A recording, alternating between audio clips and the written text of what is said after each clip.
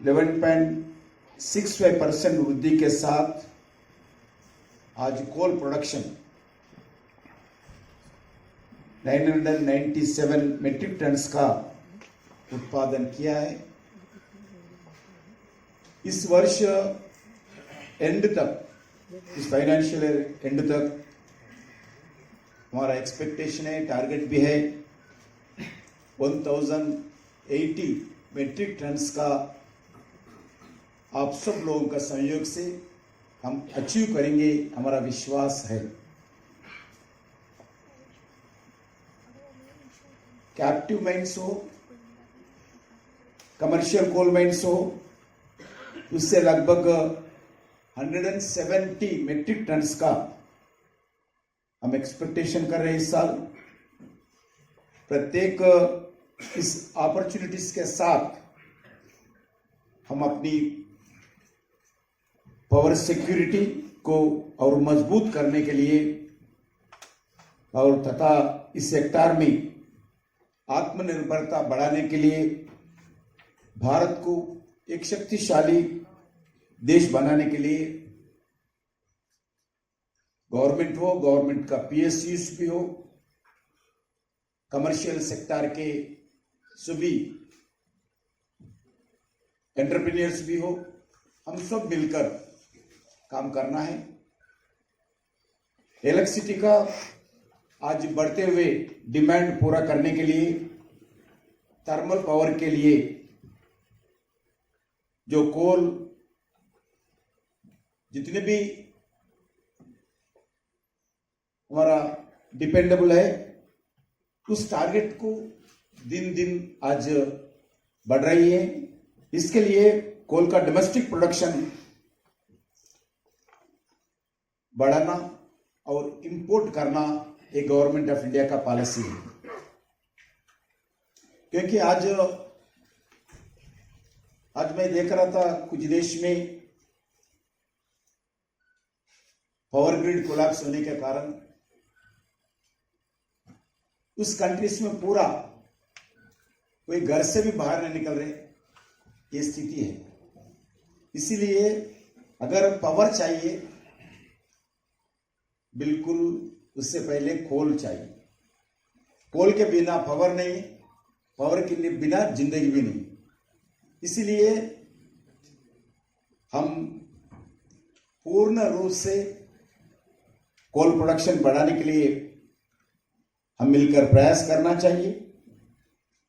Commercial coal mines domestic coal production के बहुत important role play करते हैं।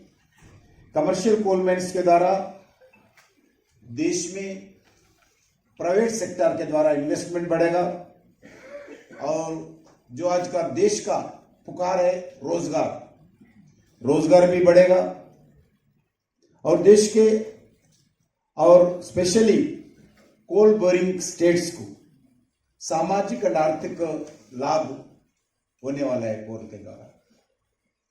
मैं देखते रहता हूं, ओडिशा में हर साल लगभग 40 to 50,000 रेवेन्यू ओडिशा में एक कोल के द्वारा, माइनिंग सेक्टर के द्वारा उस स्टेट्स को आते हैं।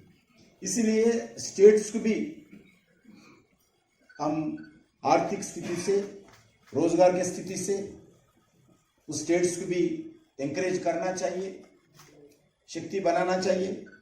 पिछले 10 वर्षों में भारत का प्रधानमंत्री आदरणीय नरेंद्र मोदी जी के नेतृत्व में भारत सरकार ने कोल सेक्टर में एफिशिएंसी, ट्रांसपेरेंसी और सस्टेनेबिलिटी बढ़ाने के लिए अलग अलग रिफॉर्म्स लाए हैं।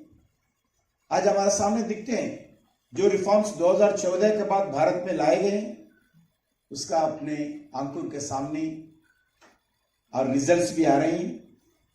हम 10 एक्शन राउंड्स सक्सेसफुली कंप्लीट करके आज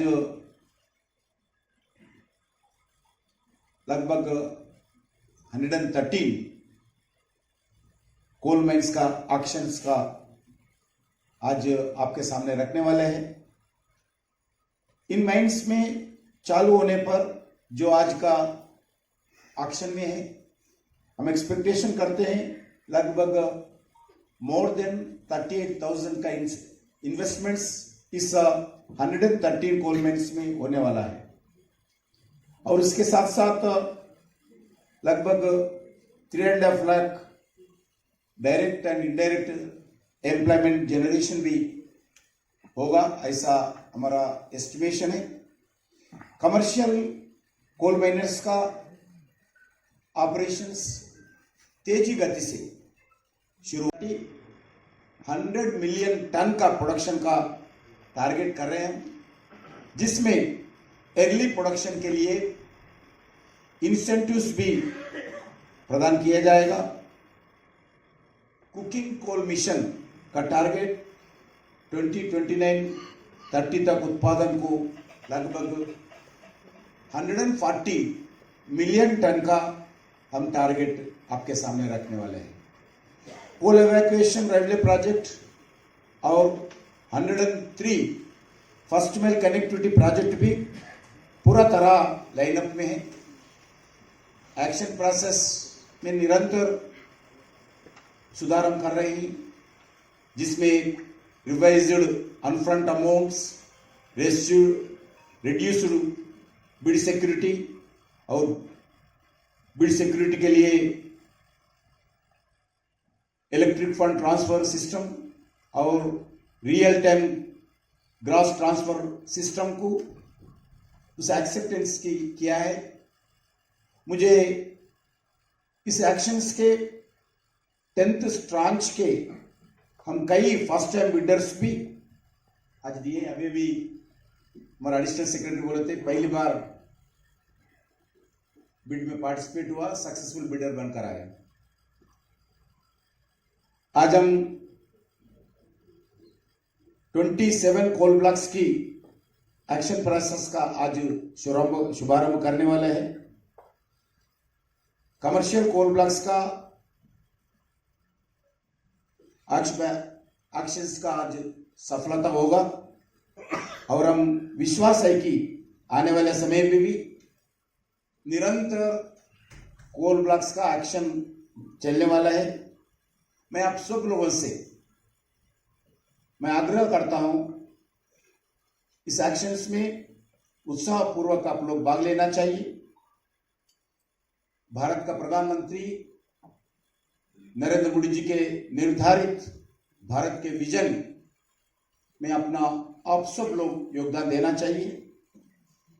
आइए हम सब मिलकर भारत को एनर्जी फ्यूचर का सुरक्षित करेंगे, देश को विकसित भारत, आत्मनिर्भर भारत बनाने में भी हमारे कोल सेक्टर का इकोनॉमी बनाने में भी हम पूरा योगदान देंगे। आज भारत सरकार का यही लक्ष्य है, जो आज बढ़ते हुए डिमांड कोल सेक्टर का हो, सीमेंट सेक्टर का हो और पावर सेक्टर का हो, स्टील सेक्टर का हो, जो डिमांड है उसको पूरा करने के लिए आज देश के सामने अलग अलग तरीके से पावर जनरेशन हो रही है।